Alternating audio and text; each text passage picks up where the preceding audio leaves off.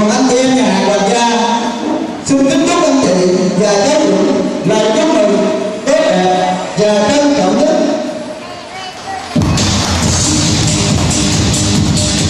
Xin mời anh chị và cháu Dũng hãy bước lên sân khấu để ra mắt quý vị quan khách.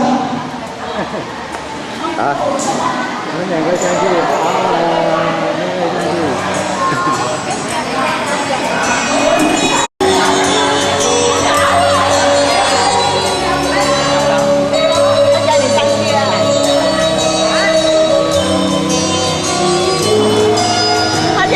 他叫我一起上去了，叫大哥帮我照。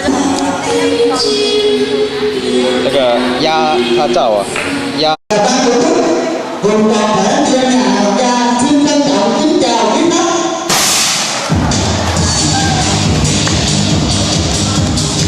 Chúng tôi biết được gia đình là một tế bào của xã hội, một gia đình có cuộc sống êm ấm và hạnh phúc thì xã hội mới